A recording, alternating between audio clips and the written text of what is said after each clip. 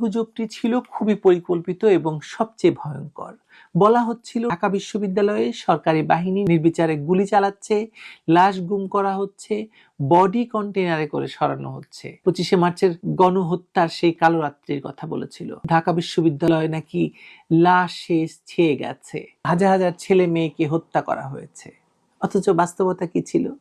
বাস্তবতা হলো ঢাকা বিশ্ববিদ্যালয়ে কোনো মৃত্যুর ঘটনা ঘটেনি, এমনকি গুরুতর আহত হওয়ারও স্পষ্ট কোনো প্রমাণ নেই। এই যে এতগুলো ছেলেপেলে মারা গেল, তার মধ্যে কিন্তু ঢাকা বিশ্ববিদ্যালয়ের কেউ নেই। ক্যাম্পাসটি ছিল তথাকথিত আন্দোলনের প্রধান সিম্বলিক কেন্দ্র, যেখানে সহিংসতার ভান করা হলেও আসল উদ্দেশ্য ছিল প্রচারের জ্বালানি যোগানো, যেখানে বসে শিক্ষকরা আর ছাত্ররা মিলে আসলে শেখ হাসিনা সরকারের পতন ঘটানোর নেতৃত্ব দিয়েছে খুবই নিরাপদে এবং সুরক্ষিত অবস্থান থেকে।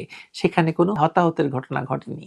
এই গুজব রটানোর কারণ আর কিছুই নয়, ঢাকা বিশ্ববিদ্যালয়ে একটি লাশের মূল্য দেশীয় এবং আন্তর্জাতিকভাবে অপরিসীম। মানে